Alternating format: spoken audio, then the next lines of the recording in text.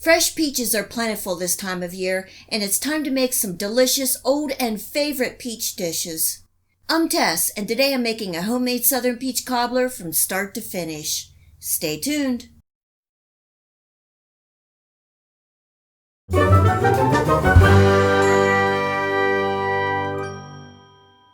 If you go to any large grocery store, including Walmart, you'll be able to find delicious peaches this time of year. And if you're real fortunate, you'll be able to get some great bargains at farmers markets and local produce stands. There are so many easy and delicious recipes that you can make with peaches, and I plan to share a few of those with you in the next coming weeks. I thought I would start by showing you how I make an authentic, homemade Southern Peach Cobbler.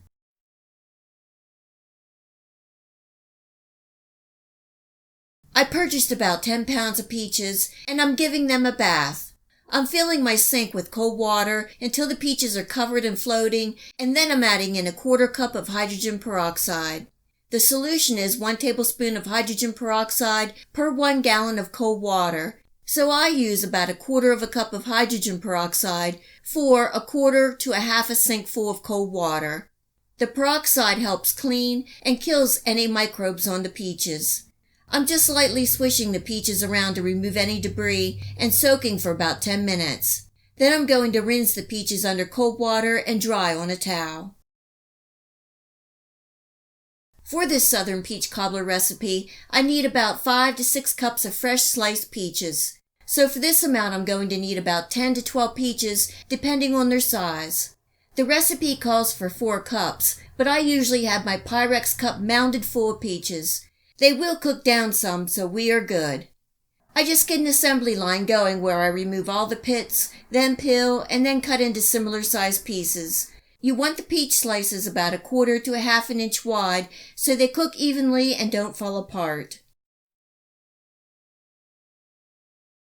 In my large saucepan I have the peaches, and I'm adding in 1 cup of sugar. This amount does not make the peaches real sweet, but it really enhances the peach flavor. I'm adding in just a pinch of salt and 1/4 cup of cornstarch, and this is going to help produce a nice thick peach sauce. Finally, the only liquid I'm adding is a little orange juice. I'm turning my heat to a medium, and that is around a 6 on my electric stove. I'm giving everything a good but gentle toss as you don't want to break up your peaches. I'm bringing the peaches up to a simmer on medium heat.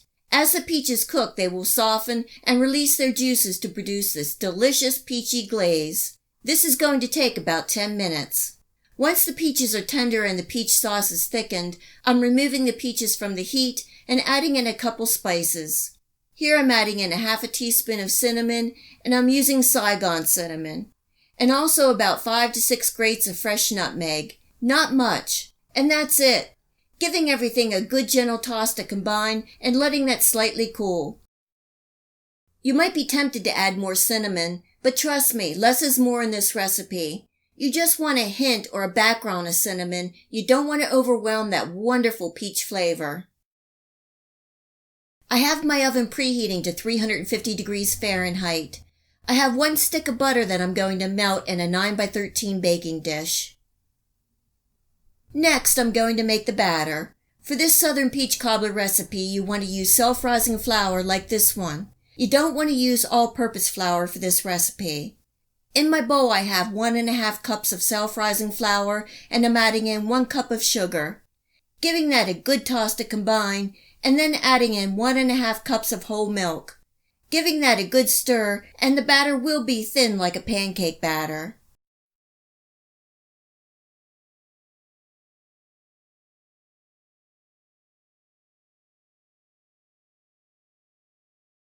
Now that my butter is melted, I'm pouring my batter right over the melted butter. Do not attempt to stir, just pour it in as evenly as you can and don't worry about it.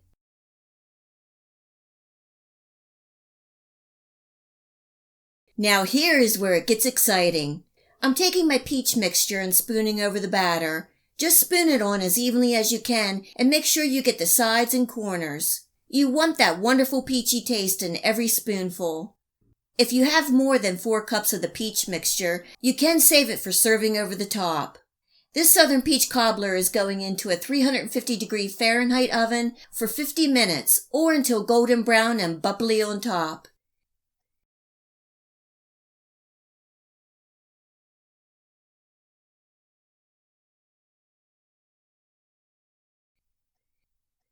About 10 minutes before the peach cobbler is done, I add a sprinkle of cinnamon and coarse raw sugar on the top to give it more flavor and texture.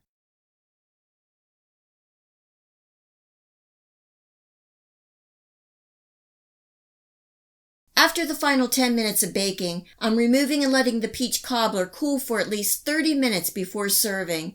It is piping hot.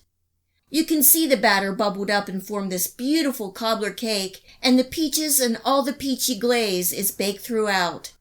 Oh my goodness, if you could all smell this. This has to be a smell from heaven.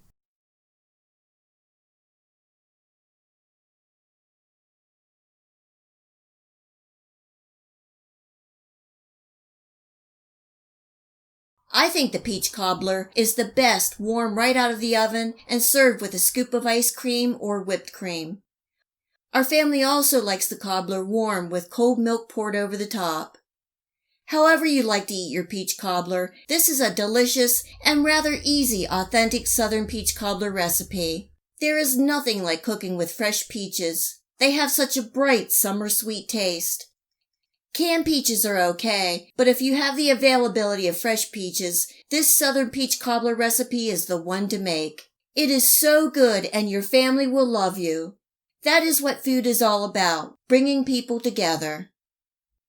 I hope you give this homemade Southern Peach Cobbler a try and enjoy. If you like this video recipe, please hit the like and subscribe button. Remember to hit the bell next to the subscribe to make sure that you get my future video recipes. You can also find me on Facebook and at my website. Feel free to share this recipe and my channel with your friends and family. And until next time, much love!